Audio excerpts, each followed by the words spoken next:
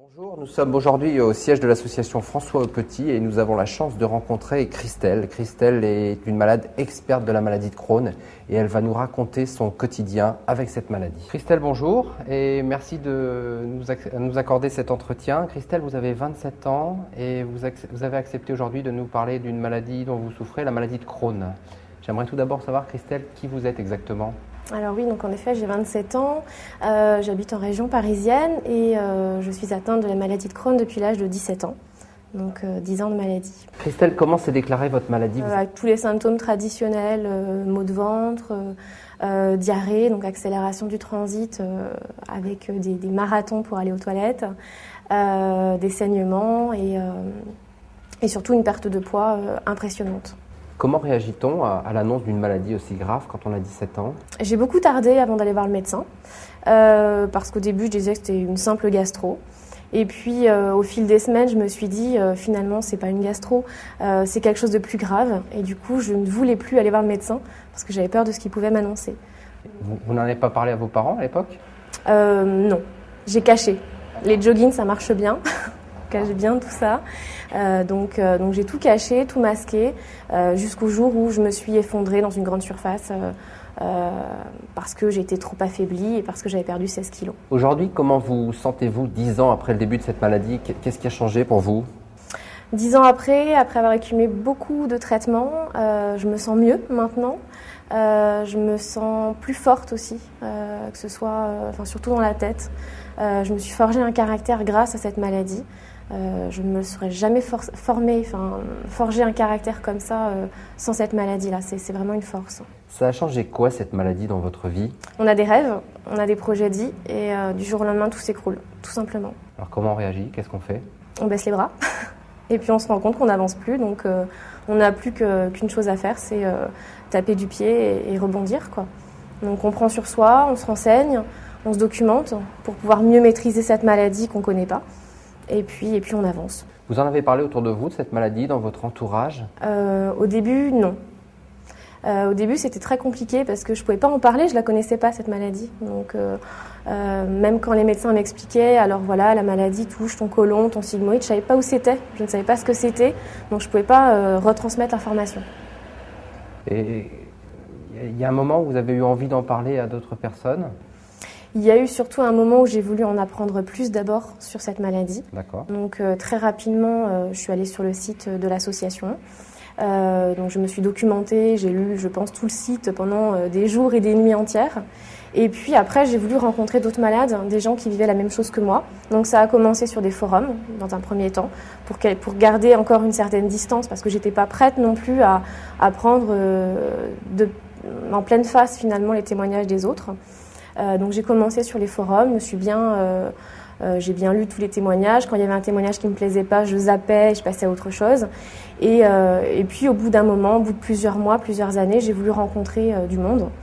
Donc là, encore une fois, j'ai rejoint l'association. Je suis allée à la première rencontre, c'était il y a 8 ans. Et depuis, je n'ai pas quitté l'association. Et aujourd'hui, vous arrivez à en parler avec d'autres personnes facilement ? Maintenant, ça ne me pose plus de soucis. Alors, quelle est la réaction des gens quand on dit on a une maladie de Crohn ? Alors ça dépend comment on le dit. Ça dépend comment on le dit. Si je leur explique que c'est une gastro puissance 10, ils comprennent, ils voient à quoi ça peut ressembler au quotidien et du coup ça passe mieux. Ils comprennent mieux pourquoi on peut être fatigué au quotidien, pourquoi on peut être irritable par moment parce que on n'est pas capable d'entendre ce qu'ils ont à nous dire et voilà. Vous avez l'impression que cette maladie est connue du grand public ? Elle est connue sans l'être. Quand on commence à en parler, forcément, on a des gens qui disent « oui, je connais un tel qui a ça ». Mais ça reste toujours très vague. Combien de fois on a tous eu, en tant que malade, des remarques du style « oui, mais moi aussi, j'ai mal au ventre ».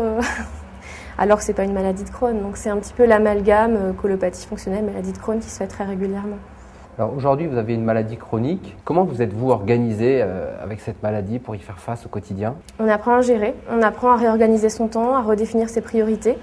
J'ai changé de travail, par exemple, parce que j'avais besoin d'avoir un travail où je puisse utiliser mon énergie dans le bon sens pour faire quelque chose qui me plaisait. J'ai réorganisé mes activités aussi on va dire, mes activités sociales. Je ne vais pas m'amuser à faire 2-3 restos dans la semaine pour ne plus pouvoir aller bosser finalement. Donc je réorganise tout au fur et à mesure. C'est une adaptation finalement. Vous faites des activités sportives? Oui. Ouais. Qu'est-ce que vous faites comme sport? Oula, du squash, du tennis de table, un petit peu de tout. D'accord. Voilà, nos limites. Et un jour, vous avez décidé de contacter l'association François Aupetit. Comment vous l'avez connue déjà? Alors moi je l'ai connu grâce à un interne du centre hospitalier où j'ai été diagnostiquée, où je suis restée 1 mois. Il m'a dit écoute, il y a une association, donc dès que tu peux, dès que tu sors d'ici, va sur le site et va te renseigner. Et voilà, donc j'ai atterri comme ça sur le site de l'association. Je voulais avoir les brochures et tout ça, donc mon père a cotisé pour pouvoir recevoir tout ça, pour avoir la documentation, être invitée aux différentes conférences. Et une semaine après ma sortie d'hôpital, j'ai eu la chance d'avoir accès à la conférence qu'il y avait près de chez moi, donc c'était vraiment très important pour moi. Et vous les avez rappelés après? Vous avez gardé un contact avec l'association? J'ai pas eu de contact téléphonique avec eux les premières années, donc ça s'est venu vraiment après quand à des moments phares finalement où il y avait des changements de traitement, des choses que je comprenais pas forcément. Donc là je prenais mon téléphone et ils me renseignaient, oui. Qu'est-ce que ça apporte quand on est malade de savoir qu'il y a une association, qu'il y a des gens qui peuvent vous écouter? C'est important, c'est une démarche qu'on fait régulièrement? Bon, déjà, on n'est plus seul. On n'est plus seul. Quand on a rencontré l'association, on n'est plus seul. On nous dit qu'on est 200 000 malades en France. Donc, je n'étais plus toute seule dans ma pauvre petite province à l'époque. D'accord. Donc, c'était un pas énorme pour moi de savoir ça. Après, non, c'est pas une démarche forcément si évidente que ça. Si je n'avais pas eu ce médecin-là qui m'a parlé de l'association, je n'aurais pas pu faire ce pas si facilement que ça. D'accord. Donc, pour vous, il est important que les médecins parlent de cette association à leurs malades pour que les malades ensuite la connaissent et qu'ils viennent en fait à la rencontre de... C'est capital, c'est capital. Vous travaillez aujourd'hui au sein de l'association François Aupetit. Quelle est votre mission exactement? Alors j'ai d'abord été bénévole pendant 5 ans. Bénévole sur des forums, sur des chats de l'association. Et puis petit à petit, je me suis investie en tant que malade expert, donc dans l'animation de groupes de discussion. Puis ça m'a plu, il y a eu une création de poste, on me l'a proposé, j'ai foncé parce que c'était vraiment quelque chose qui me donnait une raison de me lever le matin et de continuer à affronter la maladie, ou plutôt à vivre avec cette maladie. Et tout ce que j'ai appris au cours de ces années de maladie, j'avais surtout envie de les partager. Donc mon expérience n'est pas l'expérience de tout le monde, mais elle peut être un plus, en tout cas, dans la prise en charge d'autres malades. Vous m'avez parlé de malade expert, ça veut dire quoi ça, malade expert? Malade expert. Je connais ma maladie, je la maîtrise, je vois comment elle évolue, donc je suis capable de pouvoir en parler, en tout cas avec plus de recul qu'un malade entre guillemets lambda. Et en fait, en étant malade expert, eh bien, on peut former des professionnels de santé, on peut animer des groupes de discussion de malades, donc ça c'est important. Le message entre un malade expert et un malade va passer parfois beaucoup plus facilement que si c'était le médecin qui parlait à son malade, parce qu'on a effectivement cette expérience, ce vécu. Ça change vos relations avec le médecin, le gastro-entérologue? Oui. Moi, je lui ai dit, mon dernier gastro, il m'a clairement dit dès le départ, quand il a su que j'étais investie dans l'association, il m'a clairement dit, je connais la théorie sur ta maladie, tu connais la pratique, donc ça va être à nous de gérer ensemble. D'accord. Voilà, à faire gagner. Et l'impression qu'on a après tout ça, c'est qu'on est mieux pris en charge. On est mieux pris en charge. Je ne suis plus dans je subis, dans la situation où je subis la maladie, où je subis les traitements. Là, je suis actrice complètement. C'est une décision à chaque fois conjointe entre le gastro et moi. C'est jamais unilatéral. J'ai le droit de dire que je ne suis pas d'accord. C'est pas pour autant que je suis forcément écoutée, etc. Mais mon point de vue, en tout cas, a un impact, a un intérêt. Et ça, c'est important. Alors aujourd'hui, vous m'avez dit que vous travaillez au sein de l'association, vous recevez les appels des malades, c'est ça? Voilà, donc je m'occupe de tout ce qui est écoute téléphonique et physique. Donc dès qu'il y a un appel téléphonique, ça arrive sur mon poste. Et puis dès qu'il y a des malades qui viennent à la maison des Mickey. D'accord. C'est moi qui les reçois. Est-ce que vous pouvez nous donner quelques exemples de questions qui vous sont fréquemment posées par les malades? La plupart du temps, c'est de l'information. D'accord. Sur les traitements, sur la maladie. Et puis des questions aussi beaucoup plus concrètes. Comment je gère la fatigue maintenant? Je suis tout le temps fatiguée. Comment je peux gérer ça? Comment mener une vie professionnelle alors que j'ai des traitements à l'hôpital régulièrement? Voilà, des questions vraiment pratiques. De l'information pointue et des questions pratiques. Vous sentez que le mouvement vers l'association devient plus important qu'avant? C'est très difficile à dire comme ça. Effectivement, dès qu'on a un reportage qui passe sur une grande chaîne, à une heure de grande écoute, forcément, on va avoir beaucoup plus d'appels dans la foulée.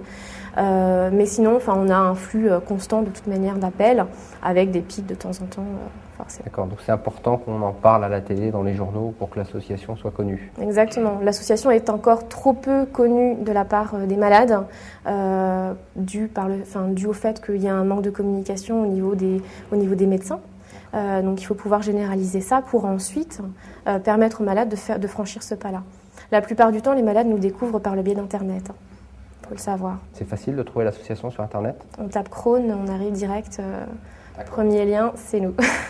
Alors, vous recevez des appels de malades, mais je suppose que vous recevez aussi des questions de l'entourage des malades, de la famille? Exactement, oui, des parents, des enfants parfois, des grands enfants pour leurs parents un peu plus âgés. Et voilà.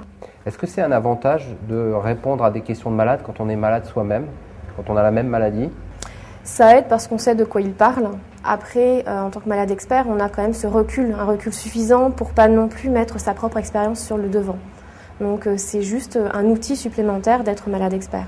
Et ça s'apprend de répondre au téléphone? Oui, ça s'apprend. Il y a des formations spécifiques pour apprendre à écouter et pour apprendre à orienter aussi. Avec 10 ans de recul, quelles sont les choses dont vous êtes le plus fier aujourd'hui? Le bilan, c'est quoi? Le bilan, c'est qu'aujourd'hui, je fais un travail que j'aime, que je n'aurais jamais fait si je n'étais pas tombée malade. J'ai redéfini mes priorités de vie au niveau familial, au niveau social, ce qui n'est pas rien.